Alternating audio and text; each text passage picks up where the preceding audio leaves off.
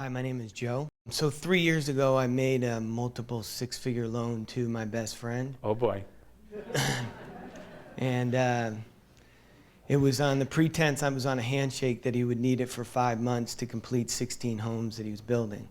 And he really came to me begging, and he was in a bad way. And, you know, he had really taken me along in this faith, and I just thought he was a stand-up person. So I gave it the loan for 5 months. And I gave no collateral, or there was no contract. And so for 3 years, it was kind of this back and forth. You know, I went through all types of range of emotions. And it culminated last Tuesday. I finally had to sue the guy. And when we went to serve him the papers, he was on a 2-week vacation. And then finally, when he got back and they served the papers, turned out he actually claimed me in the bankruptcy, which he swore he would never do. Mm-hmm. So I just about lost it, you know? And so now it's just a reality. I mean, basically the money's gone. So what is your current inner experience having to do with all that's happened? Like I said, I can go one way or I can go the other way. Yeah. I mean, So anger, absolutely. yeah. Hurt. Yeah, I mean, well, here's the thing, is I have to take a job now, but doing something I would never do in my life. I work construction now, just trying to pay the bills. Yeah. So every day I lace up those boots to go to work every day. You know, I'm lacing my boots up with tears in my eyes. I hear you. You know, I come home and I got, you know, blisters on my hands. Well, and part of what I hear you saying, that perhaps the worst part about it, and you tell me if this is accurate, is the betrayal, the sense of betrayal. Yeah, because it's like I could go throughout my day and I could be happy not thinking about it.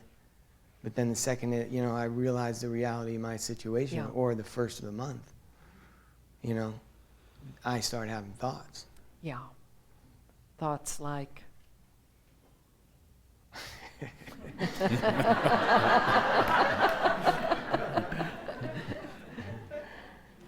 You know? Yeah, I think I get some of those thoughts.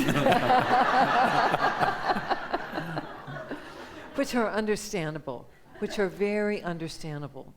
So what really is your intention here this evening? Are you looking inside yourself for a way to find peace with this?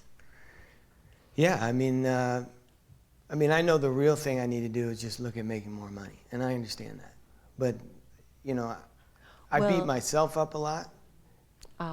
And when you're in that mode, what are the kinds of things you tell yourself? You're an idiot, you know? And what's wrong with you? How could you have done this? See, now what you've done is you've internalized the same process. You're no longer just making him wrong. Now you're making yourself wrong. So now you've got two people that you're judging and condemning and making wrong. The more people we make wrong in our lives, the more pain and suffering we will have. I can't emphasize that too strongly. The more we make people wrong who are in our lives, the more pain and suffering we will have. Because I think it was one of Buddha's quotes was like, being angry at someone who did something wrong is like holding a hot rock, getting ready to throw it at them. In the meantime, you get burned. So you've got yourself in a position where you really can't go anywhere as long as you insist on being in the wrong-making business. I suspect the day you made the loan, you didn't get up that morning thinking, let's see how much of an idiot I could be today. It seemed like a good idea at the time. So you had a positive intention. You thought you were helping out somebody. It just didn't turn out that way. Mm-hmm. So in a sense, what you're doing now is you're compounding the thing day by day by day by day. because you've not found a way to let go of it.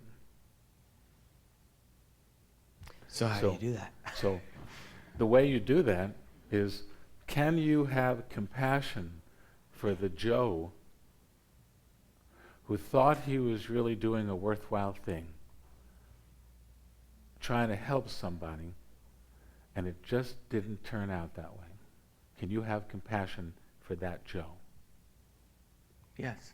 See, if you can have compassion for that Joe, then the forgiveness would be something like, I forgive myself for judging this guy, and I forgive myself for judging myself as stupid, untrustworthy, whatever words you would put on it. It's a letting go process. It's a letting go of the judgment process. You can't change what happened. All you can do is you can let go of that which the hot rock you're holding on to. You just put it down. Think of yourself as a piece of wood, and somehow you've got about 10 strings, and someone has dragged that piece of wood down into a body of water and tied it to a rock or something down below. And it's just staying there because it's being held down, but that's not its natural state. And you come along with something like a tool like self-forgiveness, and you cut a string, and to that degree float up slightly. When you cut the last string, you soar up. So I gotta get a pair of scissors. Well, a pair of cosmic scissors. And really, compassionate self-forgiveness is that pair of scissors. See, because, if we take this a little bit further, you mentioned this as betrayal, that you experienced his actions as actions of betrayal. And what I also hear you indicating is that you betrayed yourself, in a sense, because your discernment wasn't really operating, and you didn't take care of yourself in the process of making the loan.